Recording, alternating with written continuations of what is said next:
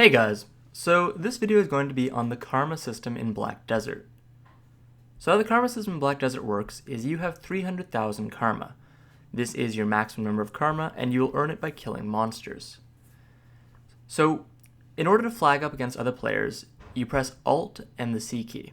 This will flag you up if you're level 50 or above, and allow you to attack other players in non-safe zones. However, you will lose karma both for attacking a player if you flagged on them, and for killing players that are not flagged as well.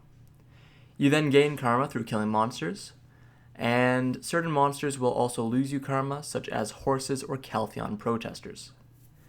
You have a maximum limit of 300,000 karma, as I mentioned, but you also have a minimum limit, which is negative 1 million karma. Once you hit negative 1 million karma, you don't need to worry about losing karma anymore because you are as low as you can go. You will lose between 30,000 and 120,000 karma for killing a player while you're flagged and they're not. And this karma loss, the amount is decided by the difference between your gear score and the gear score of the player you've killed. If they are higher gear score than you, you will lose as little as 30,000 karma for killing them. If they're significantly lower geared than you, expect to lose all the way up to 120,000 karma for killing them, which means you can only kill a player that is significantly lower than you 3 times before you go red.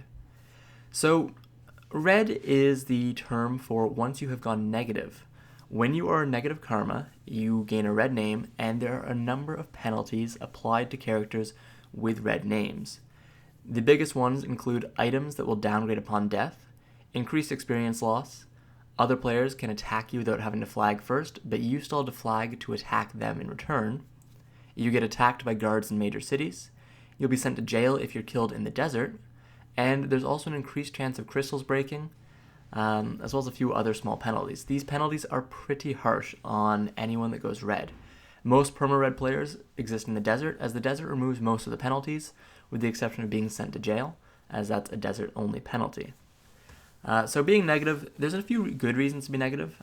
Before we gained the downgrade system from the Elion priests, we had to downgrade our gear from plus 15 to plus 14 by making an alt, getting them negative by killing horses usually, and then equipping the gear on them and having them die repeatedly, usually to guards or some nearby monster, in order to downgrade the gear.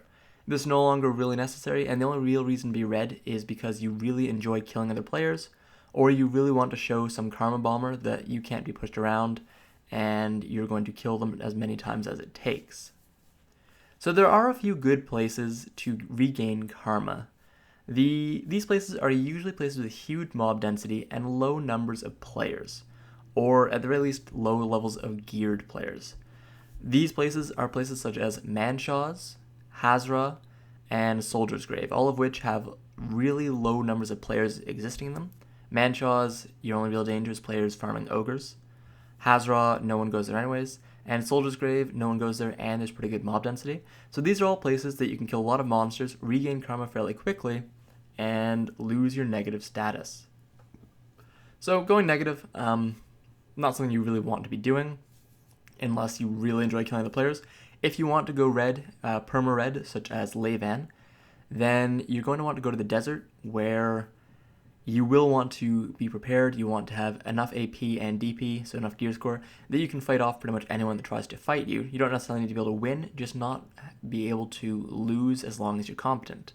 You want to have a decent number of storage maids and extra stuff stored in storages, so you don't have to go to main cities, apart from the one outlaw city in the desert. And apart from that, you want to make sure you realize what fights you can take and what fights you can't. But anyways, that is a pretty quick overview of the karma system in Black Desert.